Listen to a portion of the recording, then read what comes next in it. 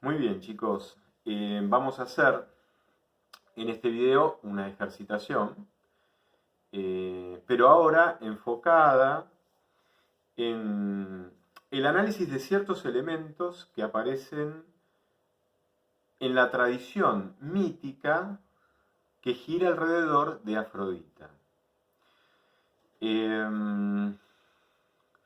Yo lo que quiero que miren es que las características de esta diosa, que se replica, por ejemplo, en la diosa Istar de Babilonia, eh, son características que en general después en los manuales están sintetizadas o se pretende que sean sintetizadas, caracterizando a Afrodita como la diosa del amor y de la fertilidad. Pero esto es una gran simplificación y es una errónea simplificación. Quiero explicarles por qué. En principio, eh, la figura de Afrodita hay que mirarla desde su origen. ¿Cómo se origina Afrodita? El origen de Afrodita es el siguiente. Vamos a tomar una tradición mitológica, clásica. Ustedes saben que antes de los dioses existían los titanes. Urano, Urano era la divinidad que de algún modo expresaba la inteligencia superior que había diseñado todo el universo. Entonces, Urano, que en el fondo en griego significa el alto cielo, esta especie de dimensión supraceleste que está asociada como lo transparente y lo etéreo del aire, de lo atmosférico, está asociada con la inteligencia, está asociada con el poder intelectual, que es el poder no solamente de entender, sino el poder de diseñar, el poder de crear, el poder de inventar, el poder estratégico, el poder de nombrar, también acá relacionado con Hermes, con Mercurio, en el lenguaje romano. Entonces, Urano es este poder divino que diseña al universo. Urano, por lo tanto, como potencia intelectual superior, estaba identificado con un ideal de perfección. Y entonces tenía la costumbre, cada vez que procreaba hijos, mataba a sus hijos cuando los veía feos. Tenía esa costumbre, en general mataba a casi todos sus hijos, porque sus hijos siempre tenían algún defecto. Entonces, Urano tenía hijos también con la diosa Gea, que en realidad era una especie de divinidad terrenal. Gea alude a nuestro planeta Tierra. Entonces Urano con Gea procrea hijos y uno de los hijos es justamente Cronos, que en el lenguaje romano va a ser Saturno. Cronos es el dios del tiempo. El tiempo que marca procesos, que marca límites, que a su vez necesita ser en ese proceso necesario para que las cosas adquieran a través del proceso del tiempo legitimidad, autoridad, estructura, reconocimiento, solidez. Cronos como tiempo, como tribunal, donde se decide si algo de verdad es valioso, es sólido, es convincente, es perdurable, nos exige pasar la prueba del tiempo. La vida, de alguna manera, que nosotros intentamos elegir, que intentamos testimoniar, que intentamos llevar adelante, se pone a prueba a lo largo del tiempo. Una vocación se pone a prueba a lo largo del tiempo. una relación amorosa, una capacidad de reinventar la relación, de ir hacia las profundidades, porque precisamente va a haber dificultades y va a haber incluso momentos de anonadamiento, de destrucción, de desencuentro absoluto, que va a implicar también un acto libre, una decisión de seguir adelante, honrando lo vivido, porque cuando uno recuerda que eso vivido reveló algo muy profundo que uno amó, quizás eso alcance como evidencia para que sea razonable atravesar ese mar tormentoso que es como un desierto, quizás paradójicamente lleno de sinsentido, y atravesándolo volver a resurgir en esas aguas del principio, en ese misterio amoroso, dichoso, revelador del principio, pero con toda esta travesía cruzada, de modo de que esto del principio se recoge con la cosecha de la prueba del tiempo, se recoge con una confirmación que lo hace mucho más sólido. El tiempo como prueba de que las cosas de verdad son lo que dicen aparentar ser, o lo que aparentan ser cuando dicen que son eso que dicen. Entonces, bueno, el tiempo como tribunal, Cronos, uno de los hijos de Urano. Bueno, cansada Gea de que Urano matara a los hijos que ella concebía con él, se confabula con Cronos, uno de sus hijos, para cortarle los testículos a su padre Urano. Hecho esto, que tiene como objetivo que Urano no conciba más hijos, porque al no concebir más hijos ya no mata, no sigue asesinando a su propia progenie. Cuando los testículos son arrojados al mar, al océano, piensen que el océano en el Olimpo también está identificado con un dios que es Poseidón. Del semen de los testículos de Urano que se vierte en las aguas de Poseidón del océano, es fecundada la diosa Afrodita. Entonces, si uno piensa que este es el relato mítico y piensa que Afrodita en el fondo se origina en el poder creador de Urano, en el semen de Urano, en el semen celestial donde Urano es capaz de crear lo que nadie es capaz de crear, el universo en su conjunto. En este poder está el conocimiento de las leyes universales, de todo lo que existe, de las conexiones que guardan las cosas entre sí dentro del universo para que el universo funcione orgánicamente, como lo imaginaban los griegos, como un organismo viviente, en donde cada parte tiene una función, y acá cada parte es cada ser. Cada ser en su esencia propia está manifestando de manera particular la esencia universal en donde se manifiesta el universo.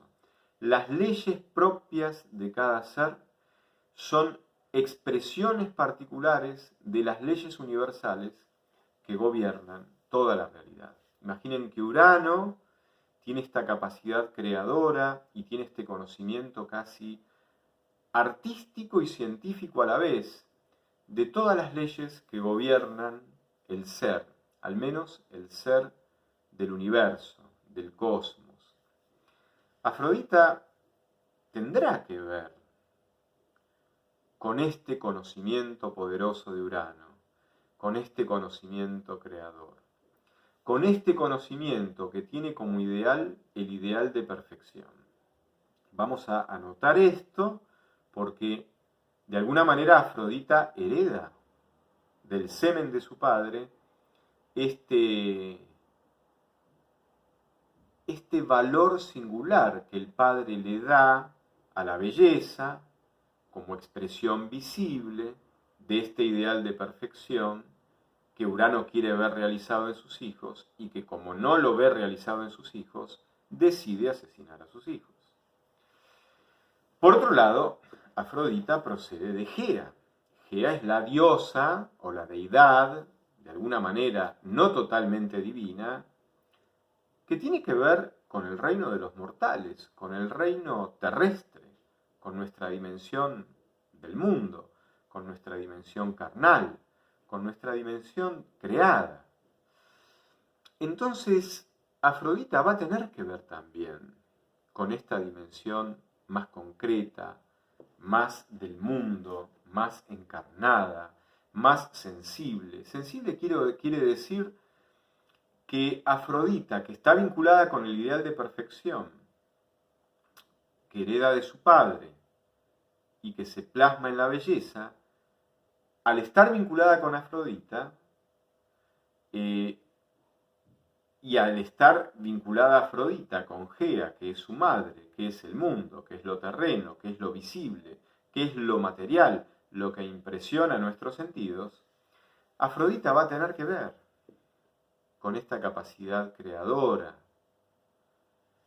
que hace visible, conmoviendo desde nuestros sentidos a nuestro espíritu, poniéndonos en la experiencia de este misterio trascendente de la perfección del ser a través del acontecimiento de la belleza, cuando experimentamos la belleza a través de una obra, ya sea un cuadro, una escultura, un poema, una obra literaria, una sinfonía, una canción. El medio a través del cual la belleza acontece entre nosotros siempre va a ser un medio sensible, es decir, que impacte a nuestros sentidos externos. Hay una materialidad, hay una encarnadura en la belleza. Entonces, por eso Afrodita, ¿con quién se va a vincular? Con el arte. El artista es el que crea la creación uraniana, crea obras en donde se manifiesta algo que trasciende lo meramente subjetivo y que señala un horizonte de sentido y de valor en donde se manifiesta el misterio del ser como misterio abundante en bondad, en libertad, en creatividad. Y que nos revela, cuando somos partícipes de esa experiencia estética, de esa experiencia de la belleza, nos revela que nosotros también participamos de ese misterio, desde nuestra existencia, con nuestro propio ser, en donde se expresa de manera personal y única ese misterio trascendente y universal, que es el misterio, en el fondo, el misterio amoroso, o de la libertad amorosa, creadora, que se ofrece, que se dona creadoramente en nosotros, que somos sus criaturas, junto con las demás criaturas, en cuya totalidad pensada conceptualmente, estamos pensando al universo, a las estrellas, al firmamento, a los animalitos, a las piedras, a las montañas, etc. Entonces, por eso Afrodita va a tener que ver con los artistas, va a tener que ver con el arte. Con lo cual, Afrodita nos instala en el tema de la creación artística, pero que inaugura belleza. Las obras de arte, las obras afrodisíacas, o en el lenguaje romano, las obras venusinas, porque Afrodita pasa a llamarse Venus. Las obras venusinas son obras de encuentro, gozo en la belleza, participación en eso que es bello, encuentro en esa participación con eso otro que nos encanta, que nos emociona, que nos subyuga, que nos gusta, que nos da placer, buscar el gozo de ese encuentro. En el gozo de ese encuentro, nosotros sentimos que nos complementamos. Pero en realidad, además de complementarnos, porque complementarnos quiere decir participar de ese otro que consideramos bello, encontrarnos con el ser de ese otro que consideramos bello y que nos atrae. ¿Por qué nos atrae? Porque en ese otro, de manera única, tal como el otro es un verdadero otro, se hace presente algo que para mí representa un valor profundo con el cual yo me identifico. Es decir, no encontraríamos la belleza en aquello que no consideraríamos valorable. Por eso que nos complementamos en el otro, porque reconocemos en el otro que consideramos bello y atractivo, reconocemos en él algo inédito, algo nuevo. Reconocemos un don que se da en ese otro y que no se da en nadie más. Entonces ahí hay algo original. Cada uno es único e irrepetible. Bueno, en ese otro que nos atrae, que nos conmueve, que nos llega, reconocemos algo inédito, algo irrepetible, algo que no vamos a encontrar en otros. Pero eso que encontramos en él, además de encontrarlo como don presente en su propio ser, lo encontramos en él porque él también lo testimonia, decide testimoniarlo, se muestra así. Nos invita a participar en él de esa manera y por eso nos atrae y por eso queremos encontrarnos. Ahora, ¿por qué queremos encontrarnos en última instancia? Porque lo que reconocemos en ese otro es algo que valoramos en nosotros. Esto no quiere decir convertir al otro en una proyección vanidosa, soberbia, narcisista de nosotros mismos. Yo estoy reconociendo al otro en su valor como otro, irrepetible. Pero ¿qué es lo que me atrae? ¿Qué es lo que su belleza opera sobre mí? Bueno, en su belleza resplandece y me conmueve intelectual y afectivamente eso que resplandece, porque eso que resplandece es algo que tiene la marca original de ese otro que me lleva a la marca original del misterio del ser como misterio que trasciende y que se participa en el ser de cada ser como misterio particular que cada ser manifiesta en su propio ser. Esto quiero que se entienda. La belleza es algo que inaugura originalidad, pero a su vez me señala algo que es universal y nos trasciende, pero que se realiza participándose de manera original en cada ser, en cada uno de nosotros. Ahora, esta experiencia trascendente de la belleza, que me complementa, porque el otro es otro y no soy yo, y el otro me complementa con su otredad. ¿Pero por qué me complementa ese otro y no me complementa cualquier otro? Porque en ese otro yo encuentro algo profundamente mío, en el sentido de que lo encuentro profundamente valioso y con lo cual profundamente yo me identifico. Entonces, no nos va a enamorar cualquiera. Podemos reconocer que en cada ser hay algo inédito, original, que no se repite en ningún otro ser. Podemos ver que en ese misterio propio de cada ser se refleja este misterio trascendente del ser. Eso todo lo podemos ver. Pero ese ser específico, ese otro especial que nos convoca y nos atrae porque en su originalidad irrepetible resplandece algo con lo cual yo me identifico profundamente y valoro profundamente. Entonces, en el fondo, Afrodita no solamente va a estar vinculada con el acto creador artístico de belleza, sino con el acto de encontrarme con un otro placenteramente, gozosamente, pero para encontrarme con un otro, encontrándome a mí mismo profundamente en el encuentro con ese otro. En el encuentro con el otro que me complementa, se da la paradoja de que me encuentro profundamente yo mismo. Acá hay que hacer una importantísima aclaración. La mitología de Afrodita muchas veces pone a Afrodita en el mero plano del placer sexual, en el mero plano de la belleza física. Es indiscutible que ese plano alcanza para que alguien nos atraiga y para tener un encuentro, digamos, amoroso, pero en ese plano más sensible, más carnal, de gozo físico, donde también va a haber un encuentro emocional, cierta ternura, abrazos, besos, lo que ustedes quieran agregar. Pero en el fondo me estoy encontrando conmigo mismo a través del encuentro con un otro, en un plano que cuando es solamente el plano de la belleza física,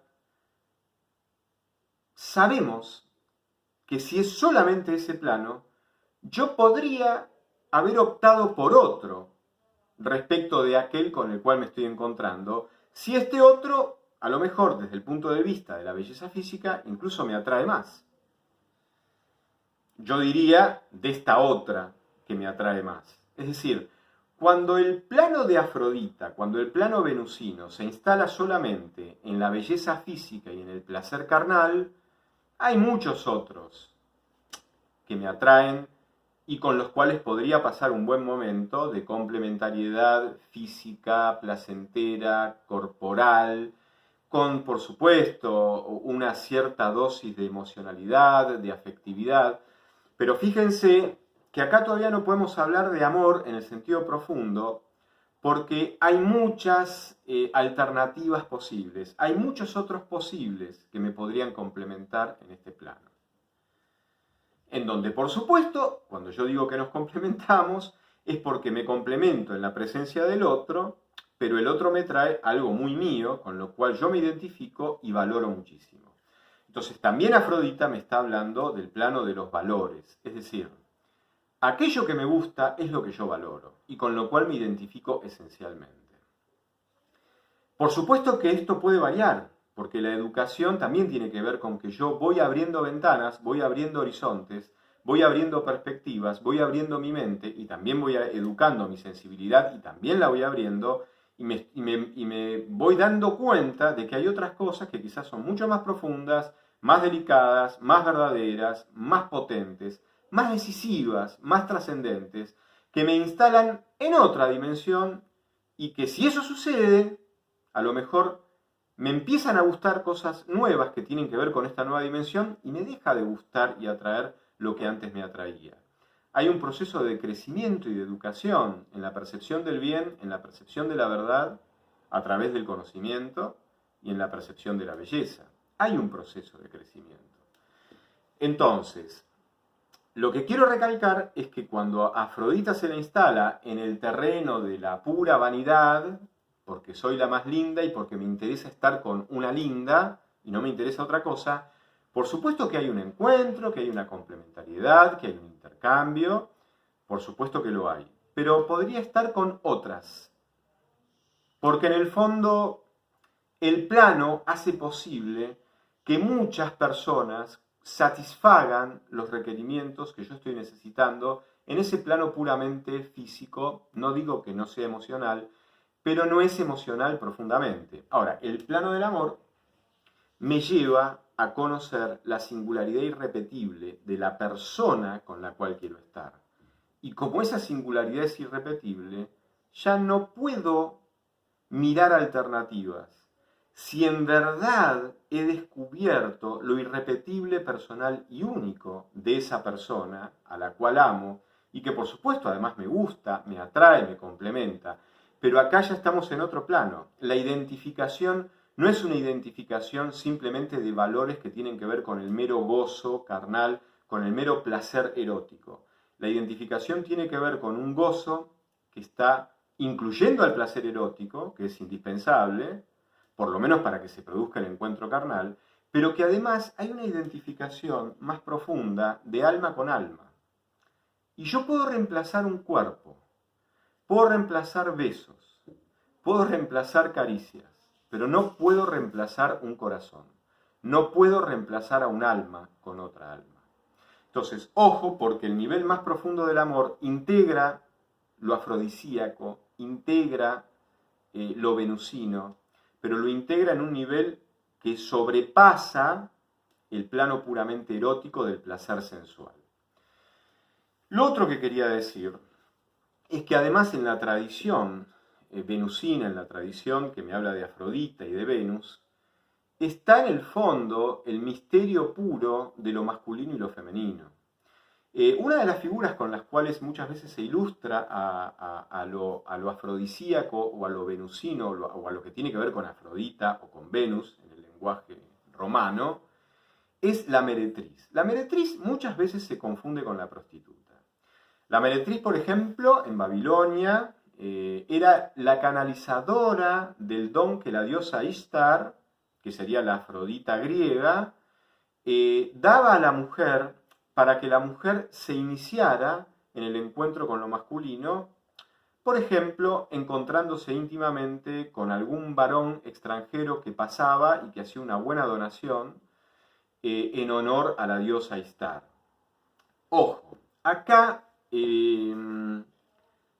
la meretriz, que sí incluso podía venderse, no lo hacía de la manera en que nosotros concebimos la prostitución, de una manera impersonal, fría, no importa quién sea, importa quién pague, sino que la meretriz elegía al hombre en términos de una cierta conexión cultural, ideológica, no solamente estética, y además el hombre que elegía de alguna manera tenía que ser la manifestación de lo masculino que a ella le permitía honrar el don femenino que tenía como mujer, que revelaba su ser mujer en el encuentro complementario con el varón, que le posibilitaba al varón descubrir ese don precioso masculino que solo lo experimenta, lo vive y lo reconoce y lo profundiza como varón en el encuentro con su complemento, que es la mujer. Es decir, que la meretriz era una especie de mediadora de la diosa Ishtar, o mediadora en Grecia de la diosa Afrodita, de la diosa Venus. Era una mediadora, era una especie de sacerdotisa, en donde el acto erótico manifestaba el misterio de que lo humano, para verse de manera completa, se tiene que diferenciar entre el varón y la mujer, entre lo femenino y lo masculino, en cuya unión se expresa plenamente el misterio profundo de lo que es la condición humana. La condición humana no se expresa totalmente ni en el varón, ni se expresa totalmente en lo femenino, sino que lo femenino porta el don de Afrodita para que la mujer lo descubra en la entrega erótica, el primer plano de la entrega, con un varón. Y a su vez el varón descubre el poder creador, fértil de su masculinidad, capaz de engendrar hijos, no solamente de complementarse en el goce erótico, cuando tiene un encuentro con su complemento que es la mujer. Con lo cual también Afrodita está vinculada con que el gozo erótico, el gozo carnal, es el primer estadio del descubrimiento que la mujer hace de su propio misterio femenino en el encuentro con un varón, del descubrimiento que el varón hace de su misterio masculino en el encuentro con la mujer, que es el descubrimiento, en definitiva, de que esta reciprocidad varón-mujer es una reciprocidad complementaria y constitutiva de lo que llamamos condición humana. Lo humano se expresa en estas dos polaridades, que cuando se encuentran, se complementan, porque cada uno de los amantes encuentra en el otro algo muy propio que valora profundamente. Se encuentra consigo mismo en el encuentro con este otro. Entonces, Afrodita está de alguna manera vinculada como divinidad, como diosa, con todos estos elementos. Yo se los estoy explicando, pero en realidad lo que yo estoy haciendo es una explicación que tiene que ver con el lenguaje mítico de las historias que están rondando alrededor de la diosa. Bueno, yo creo que con estos dos videos, con el de Hermes, Mercurio, y con el de Afrodita, Venus, tenemos ya bastante material para vernos la clase del próximo miércoles y conversar al respecto. Así que chicos, muchas gracias. Estamos, por supuesto, siempre comunicados.